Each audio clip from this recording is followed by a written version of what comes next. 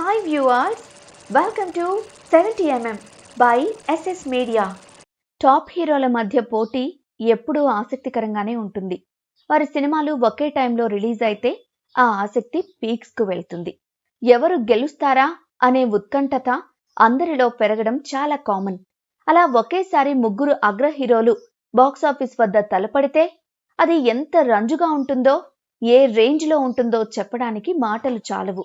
వీరిలో ఎవరు గెలిచారు అనుకునే లోపు ఒక ట్విస్ట్ వచ్చి పడింది. అసలు అంచనాలు లేకుండా పెద్దగా పేరు లేని తారలతో రూపొందిన ఒక చిన్న సినిమా సెన్సేషనల్ హిట్ అయి ఈ పోటీలో బిగ్గెస్ట్ హిట్ అయింది. ఎప్పుడో ఒకసారి జరిగే రేర్ ఫీట్ ఇది. వివరాల్లోకెళ్తే 1996 జనవరి 5వ తేదీ బాలకృష్ణ వంశానికొక్కడు, నాగార్జున వజ్రం ఒకే రోజు రిలీజ్ అయ్యాయి. శరత్ డైరెక్షన్ లో రూపొందిన వంశానికొక్కడుపై మంచి అంచనాలుండేవి.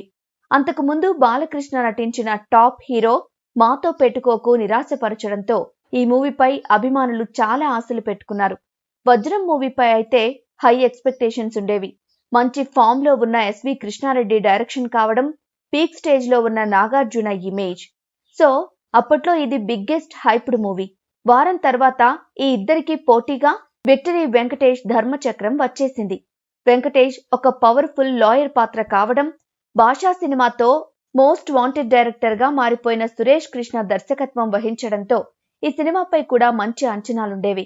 ఈ ముక్కోణపు పోరులో నాగార్జున వజ్రం మూవీ ఫ్లాప్ అవ్వగా, బాలయ్య వంశానికొక్కడు, వెంకటేష్ ధర్మచక్రం రెండు సూపర్ హిట్ అయ్యాయి.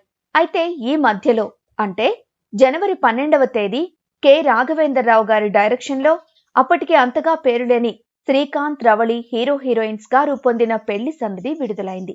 చిలికి చిలికి గాలివానలాగా మామూలు టాక్ తో మొదలై సెన్సేషనల్ హిట్ అయింది పెళ్లి సందడి. మిగతా 2 సినిమాలని కూడా క్రాస్ చేసి సంచలనం సృష్టించింది. అసలు టాప్ హీరోలు బరిలో ఉంటే చిన్న సినిమాలని రిలీజ్ చేయరు. ఒకవేళ చేసినా చాలా వరకు అవి ఫ్లాప్స్ గానో యావరేజ్ గానో మిగులుతాయి. అలాంటిది ఇక్కడ రివర్స్ లో జరిగింది. టాలీవుడ్ ఇండస్ట్రీలో ఇది ఒక అరుదైన ఘటనగా చెప్పుకోవచ్చు.